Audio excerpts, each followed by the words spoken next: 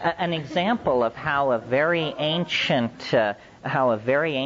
folkway can be incorporated into our culture without us even realizing it, and is provided by discussing Amanita Muscaria. If you go to the Encyclopedia Britannica and you look up Santa Claus, they'll tell you that it has to do with St. Nicholas, and it got started in the 11th century. But when you look at the Santa Claus story, it's a perfect mythologium to analyze from this point of view, because look what's going on with Santa Claus.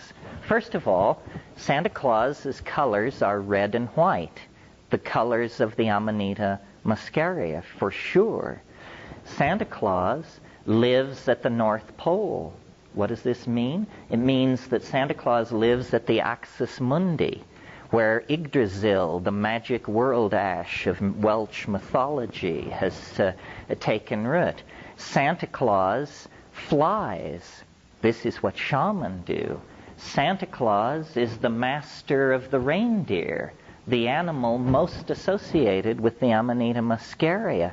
Santa Claus is aided in his work by troops of elves. And what is the work of Santa Claus? To build toys for children. Remember the DMT thing saying, look at this, look at this. Well, those were off-duty elves, clearly.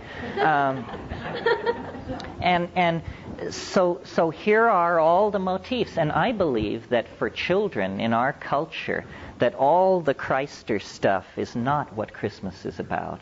Christmas is about standing in front of the tree on Christmas morning with the gifts arrayed and the twinkling lights on. Well, that tree is the tree that the Amanita Muscaria forms its symbiotic relationship to. It's always spruce or pine that it has a mycorrhizal relationship to. So the number of motifs relating Santa Claus to a cult of Amanita Muscaria, there's almost nothing but relational motifs there. And yet if you suggest this to people, they just back away in horror, you know.